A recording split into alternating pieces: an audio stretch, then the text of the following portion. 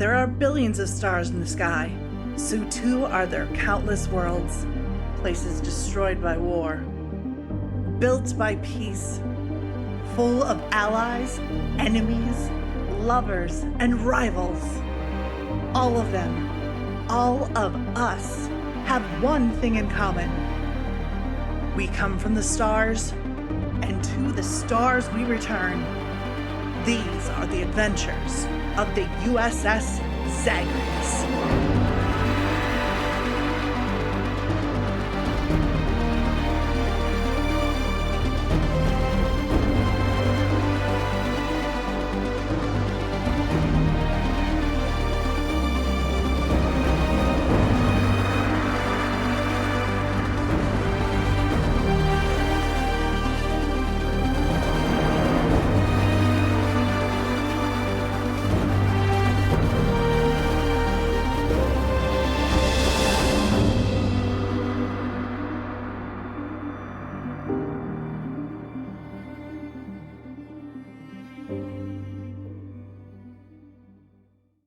Greetings, people of Earth. My name is Rob Whelan. My pronouns are he, him. I am an author, game designer, and professional nerd. Tonight, I am the host of Theater of the Mind Players, your friendly local actual play show. Flaps. We are playing Star Trek Adventures from Modifius Entertainment. We're about halfway through our playthrough right now. Each arc is going to take 3 episodes, so we're just starting our 3rd arc. So if you want to go back to the beginning of this season to find out who these characters are, what they're doing, you can certainly do that. But due to the more episodic nature of Star Trek in general, I think that if you just want to watch this and roll forward with it, you should be able to as well. What we're going to do right now is we're going to go around the table and have each of our players introduce themselves, who their characters are, and what role they have on the ship, the USS Zagreus. After that, we're going to, since this is the kickoff of a new arc, we're going to have the classic Star Trek opening, which is our captain reading the opening ship's log. So let us start then with our first mind player. Hello, good day. I'm Tawny P. Thompson, she, hers, and I am playing Tira Sidak, the Orion Lieutenant JG flight controller. Pew, pew, pew. And she actually steers the ship with finger guns. That's how she sets off the phasers. Let's move on to our next mind player. Hello, my name is Ethan Ixon Anderson, he, him, and I am playing Gulak, the Tellarite teleporter guy. Ethan is also our Star Trek expert who Yes. knows everything about every series. So if you have any questions about the show, ask him, and I'm sure you'll be entertained. Ethan, in TOS Season 3, Episode 5, what color were the... Green. Okay. He's actually right. Oh, okay. Let's move on to our next mind player. Hi there, I'm Jordan Fishburne, she, her, and I am playing Thang Duras, the Klingon Chief of Security. And last but certainly not least, our final mind player of the evening. Hello, I am Sarah Babe, she, they, and I am playing Captain Tal. She's a trill.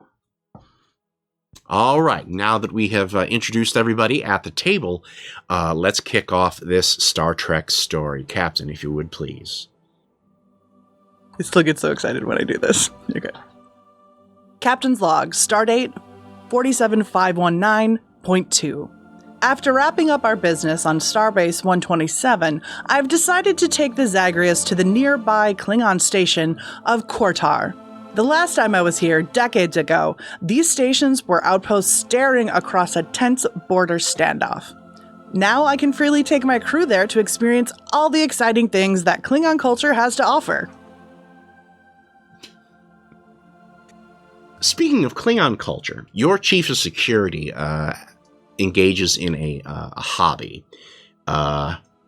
She likes to paint things, draw things.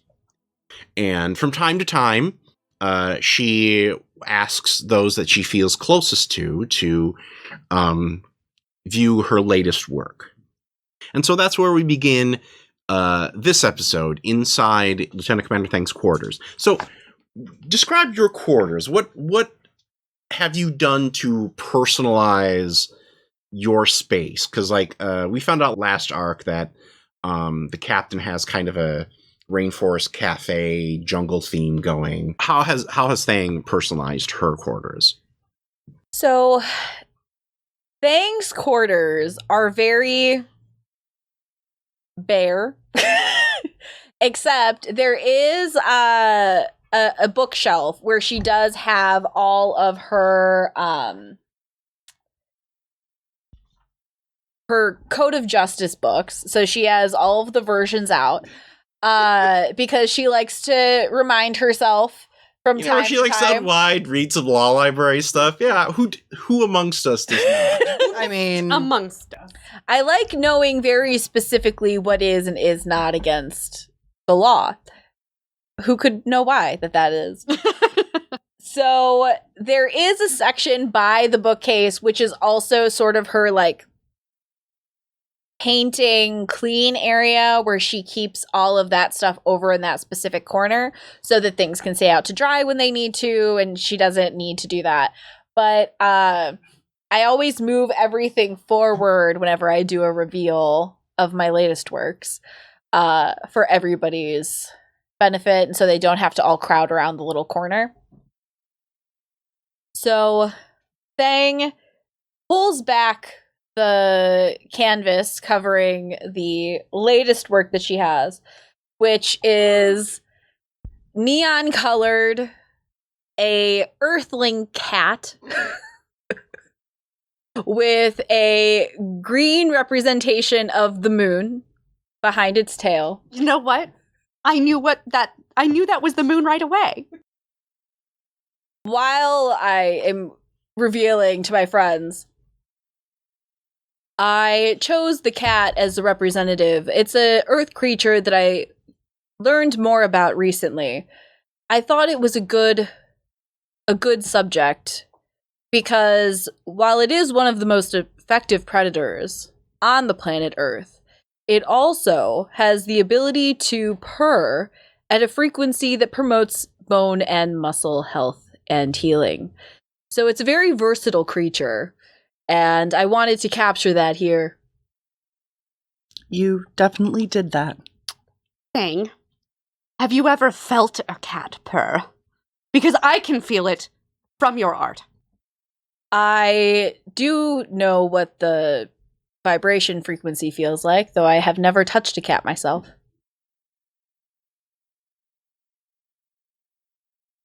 Is it just these two? Have you invited the ensign as well? Have you invited any other crew members? I did invite the ensign because we do tend to go on Away missions? away missions together, and I did also invite Dr. Oh, Dr. Sunshine? Dr. Sunshine. And I am trying to also suck up a little bit to Commander Zachary because I did make him a little upset, but then kind of happy. So I'm just trying to feel out where that relationship is, and because I'm not too familiar with him. So, Dr. Sunshine comes into the into frame. Part of what he's been doing as he is an emergency medical hologram is that he's trying out different parameters of what he thinks humans do. Which is why instead of the medical whites that are draped over his medical uniform, he's got a tiki shirt. And he walks right up. He puts it's still but it's still like a medical coat. It's just got like palm trees and like toucans on it. And he sticks his hands in the pockets and he gets right up to the painting. Dr. Sunshine, I'm anxious for your feedback. I did take inspiration from your profession and the array of colors that work together in the Hollow program to bring you to life. That is part of why I have the neon colors. Well, I greatly appreciate that thing. If I may do something to honor your artistic, he puts his hand on the painting. The pattern shimmers, and it is now neon cats scattered all over his medical piece. Thing looks like the most touched that anybody has ever seen Thing express an emotion about. Have you seen a Klingon with a lower lip quiver? It is a frightening thing. She puts her hand and does a little bow to Dr. Sunshine. Thang, did you mix the paint yourself? Where did you find this shade of pink? Bridget Captain Tal. Go for Captain Tal. You're gonna want to come up here, sir. Be right there. But Sorry. we're Duty calls. the captain. I love it. You're great. Bye. Thank you, Captain. Commander Clearly Zachary takes her at is, face value. as you leave, Commander Zachary is giving you a mother. Commander. Yes. Cannot you feel the rays of the moon? The green. Oh, he gave me a face. Have you ever owned a cat? I have never touched nor seen a cat in person before. But it's so lifelike. Cut to It was an abstract representation. the bridge. Talk to me, folks. What's going on? Well, Captain, I got good. The good news is we're here at Kortar Station. Says Gunny. And he's driving the ship, isn't he? Yeah. Fuckface. Y'all take shifts. It's I okay. know, I got in trouble, remember? Oh, yeah, that's right. Well, no, he got shuttlecraft duty Yeah. away from you, but so. Okay, all right. But you're busy. You're anything. Well, the bad news is this, and he brings up the screen, and Kortar Station is tilting because there's no power to it, and you see little crackles of energy and other bits and pieces of wreckage. There's no vessels that are docked with it. I'm not picking anything up within sensors range. Looks like the only section with atmosphere is the infirmary. Well, that's promising. We've at least got atmosphere somewhere. Are there the scans indicate there's any sort of battle damage, scarring from phasers, anything? Boop, boop, boop, beep. That's my favorite part. I do. Yeah, that's the best. No, Captain, from what I can tell, they vented the station. That's right. Yeah, that's right. This would be the cold open. This would be the cold open. Yeah, wow, to the wow, thing, that was good. Are there beings outside of the station? None alive. Oh God. I'm getting very faint life readings from inside the infirmary, but it also looks like it's been shielded. What the heck is going on here? Okay, well, somebody is in. Dr. Sunshine, Yes, Captain. I'm going to need you to get back to in the infirmary. We're going to have a lot of spaced corpses coming your way. Okay, Captain. Do I need to change my shirt? No? Yes.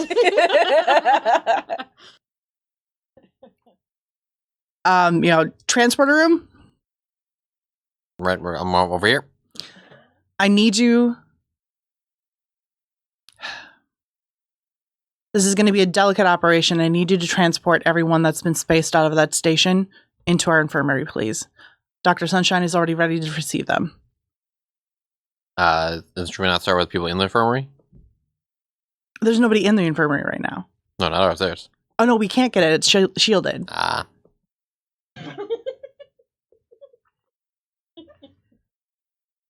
Well, Captain, it looks like the power is fluctuating, so we might be able to get a lock on the people inside the infirmary. Keep an eye on that. Do you know how many life forms we're reading over there? Like 2? Humanoid or other? 1 humanoid, 1 other. All right. Have them beamed to Shuttle Bay 1. Have a level 10 containment field around that bay just to be sure. Get security and medics down there. Sea Duck, Thang, I'm going to need you at the bridge, please. Yes, Captain. I Okay. Usher everyone out of my room.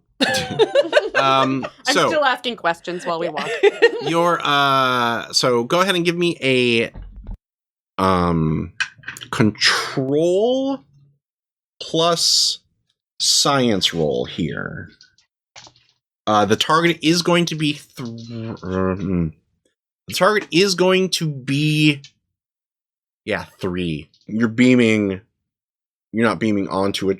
You're beaming from one space to another, so that's not on a transporter pad, so that's going to make it more difficult. Oh, I'm actually going to ask Dr. Sunshine to go to Cargo Bay 2 because we'll have the corpses there with another level 10 field on it as well, because that way we're not taking up all of the infirmary. Thank you. Sick bay. Gotcha. So, sorry. Well, I got 2. One of the things that the game master can do if a player does not roll underneath their ability is they can generate a complication or a truth, or they can bank extra threat, which I can then spend later for a similar thing, and that's what I'm going to do here. So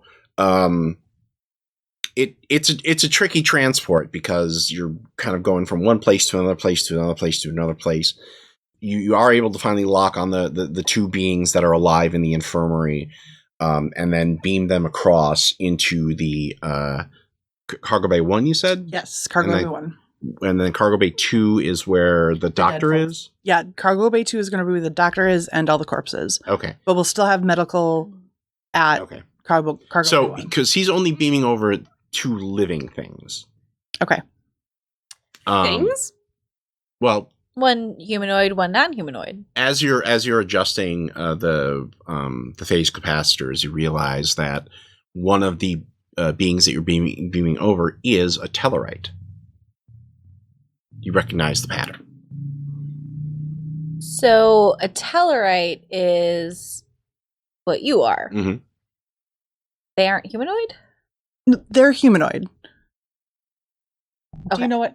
Yeah, I got it. I figured out that that's the humanoid. So who is meeting those 2 in the first secure cargo bay? I would like Thane to go, and I would like myself to go as well. Okay. Did you also want to call in Ensign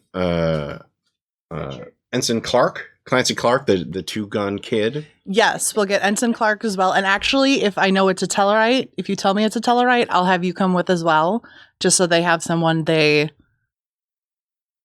can physically recognize a similarity with. You get to stay on the bridge. Fair enough. No. Yes. With Zachary? Yep. Gross. And Gunny. Grosser. Mm-hmm. So, we've been doing any good reading lately since you haven't been taking any shuttle shifts? Cut to.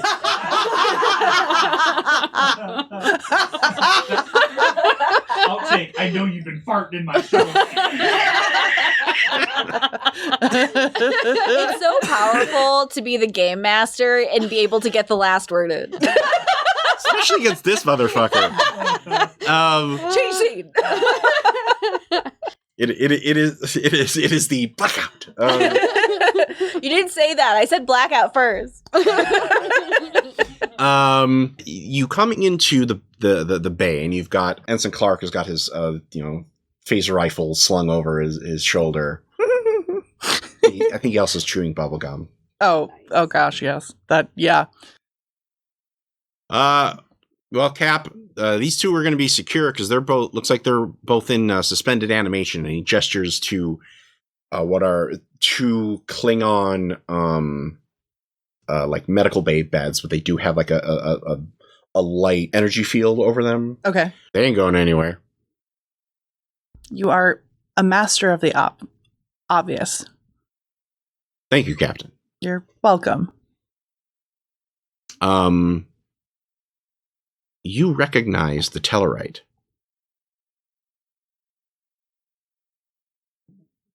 It's your mother.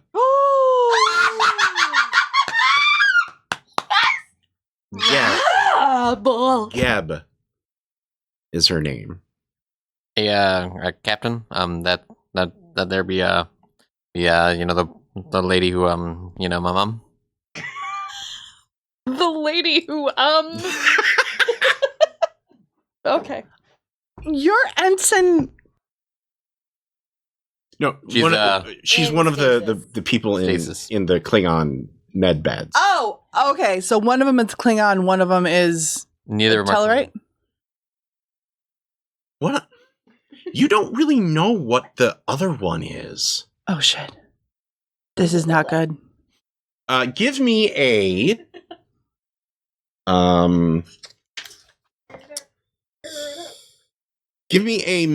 medicine plus reason roll. Everybody else's target would be 3, but yours, Thang, is going to be 2. If anyone wants to help her, they certainly can. I can help you. Okay, so remember, when you help, you roll 1 die under that, and if you succeed, they get an extra bonus success to add to their roll. Okay. Yes or Roll no? a complication. I rolled a 20. Oh, good! I felt that in my soul the second that dice hit. As soon as somebody just looks away after rolling, they rolled the worst possible roll. It's the case every time. I know because I've done that. Is that why I get this warm feeling in my heart? Yeah. Okay. I don't like this game anymore. Lies and slander. I know. I was going to say, well, too bad. We still got like 3 more episodes. Okay.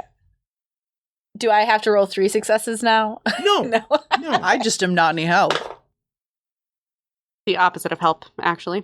Well, I rolled a 3 on 1, which is below my attributes and disciplines, and then I rolled a 20 on the other. That's a 1. Oh no, never mind. You're not using a Star Trek die. Oh, it is a 1. It is a 1. This is a Star Trek die. I rolled a 1 and a 3. So she has like 4 successes. Yes. Yeah, like 4. And one of my focuses is Klingon history, in case that helps.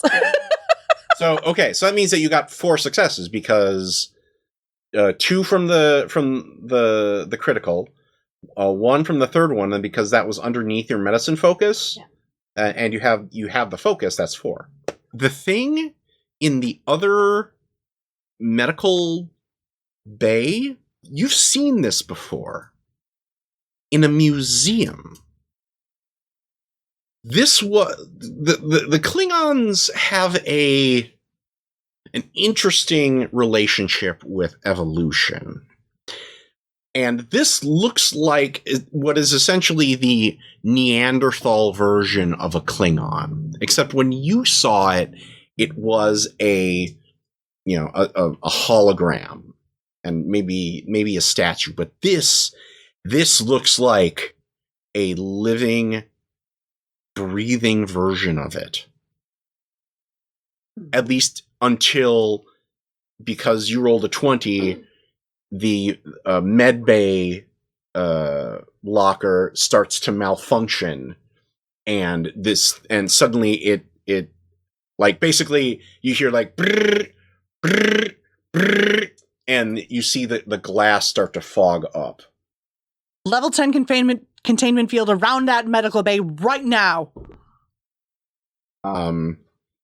Clancy, Clancy gets steps in front of you and gets his phaser rifle. I get ready closer to it, just in case. Captain, sir, says Dr. Sunshine. I was going to call him over, so. Well, he came over on his own. Okay. I don't know how familiar you are with Klingon medical devices, but that just means that the air recirculator is failing, and whoever is in that is likely suffocating. Can you open it, please, Doctor? Yes. Can you bring down the... Yes. If you're okay with it, I'd like to bring the shield up again. The containment field. It can't hurt me. Okay, all right.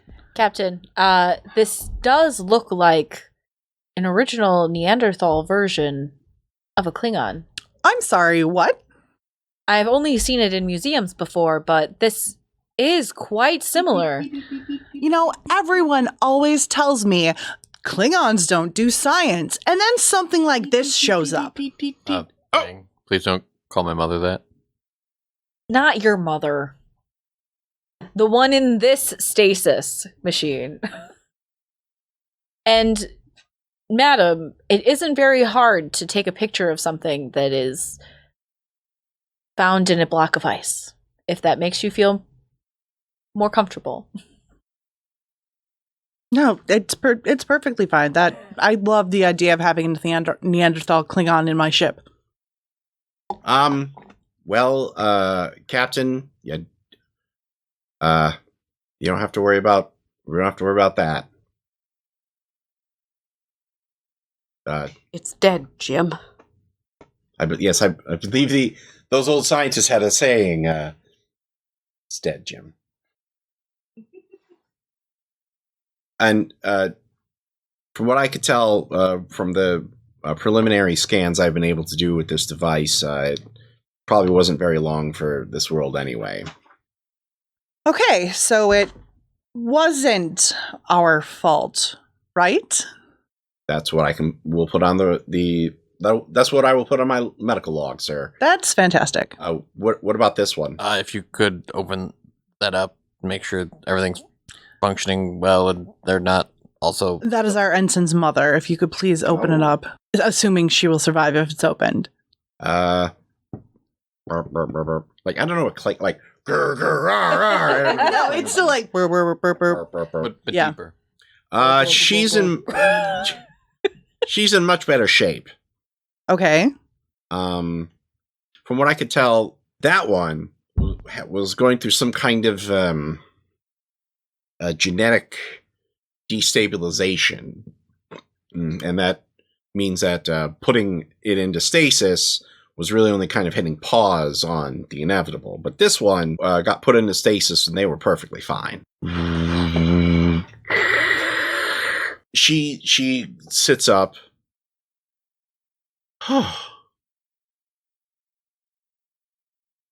Looks around. Ma'am, welcome to the USS Zagreus. I'm Captain Tal. Oh, nice to meet you, Captain. You're the captain of my little boy? I am, and he's an excellent... And she slides off of the suspension bed and immediately comes up to you and is like, "Why aren't you eating? You barely fit in that. You barely fit in that uniform." No, I fit just well. I fill it quite out. You can see some of these people checking me out, you know. And Gully, I know you said you don't like human food, but you've got it. But if you're going to be part of Starfleet, you have to eat their food. oh, yeah. Well, you should eat more. Well, if they gave me more, I'd eat more. But you know, they only give me some of this trash that's sitting around. Captain, are you not feeding my boy enough? I am... You should eat more. She is. You should eat more, Ensign. That's an order. I believe we have had this conversation before. My apologies, ma'am. Geb is wearing a like a spacer's like jumpsuit kind of a thing. Gotcha. So she walks over to you and like shakes your hand, and you have a Klingon on board. Oh, yes, of course. That's very progressive. She's a very... I look at Gulak like, what? She's a very important member of our crew. I'm sorry. Well, the Klingons are fine people. We obviously do business with them. But I guess I'm just shocked to see one in a Starfleet uniform. Ma'am, you don't have to say nice things about them on my account. Well, I'm going to say nice things about them in general, just because we deal with a lot of Klingons on our trade route. So, why were you in a stasis? Oh, yes. So there was apparently some kind of civil war that happened on the station. Surprising. Okay. All this talk about... Okay, can you lead me to the kitchen? Being in suspended animation, I haven't had something to eat in a long time. Of course, and that way I can make you up your favorite. Of course, ma'am. I will lead you there myself while you tell me about the condition of the station. So what is your favorite home-cooked meal from your mom? Corblat. Yeah, you're making up Star Trek canon here, buddy. That's about to ask. Is there like a different food? Honestly, the Tellarites are not very well defined as far as like... Yeah, they're not. So you kind of have road to run here. Okay, I'm gonna go with a heavily gravied sandwich. So like a Chicago Sloppy beef sandwich. I went to Italian one beef? Yeah. amazing diner once where you could order any standard sandwich and it would come with a bowl topped in gravy. Was it gravy or was it au jus? No, it was gravy. Like literally, they would make a sandwich, put it in a bowl, and then cover the sandwich in gravy and eat it with a spoon. Sarah's kind of making the I want to go to their face. I mean, I kind of do because I haven't had good Italian beef in such a long time. So we cut to the galley, and she brings out so I think it's like it's like a communal thing. Like you all kind of dip and eat and dip and eat and dip and eat. It's gravy hot pot? Yeah, kind of. I want to go now. That sounds good. That sounds Who good. knew that Tellarite cuisine was so big with people? Well, Kortar Station had been a standard stop on our route, and we thought that it was going to be very, a typical thing, except there was something in the air this last time. There was a lot of tension. I noticed some of the Klingons that we had dealt with in the past were acting weird and different. On the station, is that why they vented it? Well, that was There's something in the thing. air. First, well, when we got there, they had they declared that there was some kind of disease and there needed to be a quarantine. A disease. Yes, that. I mean, they even tried to blame us for it, which I thought was very unfair. People were getting very tense. There were fights that were breaking out, and then finally there was some sort of disagreement or argument. I don't really know what. But the captain of the station, he was a nice man by the name of, or a nice Klingon by the name of Petrel. Do I recognize that name? No. Okay. Just double checking. He pulled me aside and he told me that I needed to get off the station, and I asked him why, and he said something very strange. He said, "Because we are not ourselves." The next thing I knew, there was open warfare in the station. I wasn't able to get to my ship because when I went to the bay, it was gone. You didn't find the ship or Lanka, did you? We didn't see any ships. Oh, thank Balash. Well, I was afraid that got destroyed when the station was opened. There are currently no ships. Well, then that means that Lanka is probably alive, doesn't it? I would think so. We can definitely bring you to a communication station where you can hail your husband. I assume your husband is Lanka. Yes. We can hail your father and make sure he's okay. Hey, Ma, do you get checked over and make sure you're not carrying something? No, I ran a diagnostic before I set up the suspension bed. I mean, that's an old smuggler's trick. That's something that I once heard about from a smuggler, where if you're not sure if there's no like escape pods or something, you basically go to the sick bay, set up a suspended animation on the bed. The nice young there was a nice young Klingon tech who helped me do that. He was in the bed next to me. Is he okay? He is not. I am terribly sorry. I wish I knew what happened. Oh, you know what? I am going to leave you to have a chat with Ensign Gully here. And we're going to go leave her alone and head off towards the bridge. Please let me know if you two need anything. Okay. Captain. Yeah, what's up? So this is the classic the turbolift door shut and see. That Klingon in the next bed was obviously a Neanderthal version of our people. And Dr. Sunshine said something about genetic degradation. So I don't know if you noticed this, Captain, as well, but she did make a slip about smuggling. If we knew perhaps what she would have been bringing aboard the station, I don't know if maybe that itself could have some sort of genetic effect amongst Klingons. However, I wouldn't assume anything being done on purpose. It is, after all, Ensign Gulak's mother. she seems like such a nice lady. How could she do something like that? Doors up to the bridge. Dr. Sunshine, I'm going to need you to do a thorough scan genetic-wise on all of those corpses, including the one that was in the stasis pod. There is a chance that when that Klingon got into the stasis pod, he was a modern Klingon. Yes, sir.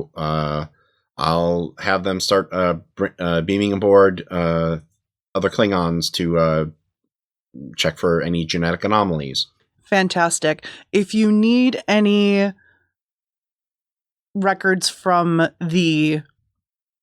I feel like Dr. Sunshine is actually on the bridge, and then when you like dismiss him, he just goes. Psh. Oh, yeah, for sure. If you need anything from the station, please just let us know. We'll send over an away party. Of course, Captain. Thank you. Captain, if you needed a transport, You're still grounded. You're welcome to come on the away party, but you're not going to be piloting a ship. You're going to let Gunny do that. Yes. Mm-hmm. Sure. Well, What? Go ahead, Gunny. What? You what? Are you questioning I'm questioning Gunny. Lieutenant Make it Tara. Captain. my ready room right now? He was... Now. Yep. I think definitely flick him off one more he- time behind her back. and he definitely does this when you do that. I step in between just- their eyesight to cut off eye contact. All right, into the ready room. Have a seat, Lieutenant. I stare at her and blink 3 times before I sit down. But then I sit down. Thank you for following an order. I appreciate it greatly. Do you? Yes, I do. I don't take away privileges from crew that don't disobey the chain of command. Well, you see, Captain, you've done such a great job of modeling behavior that follows Starfleet protocol.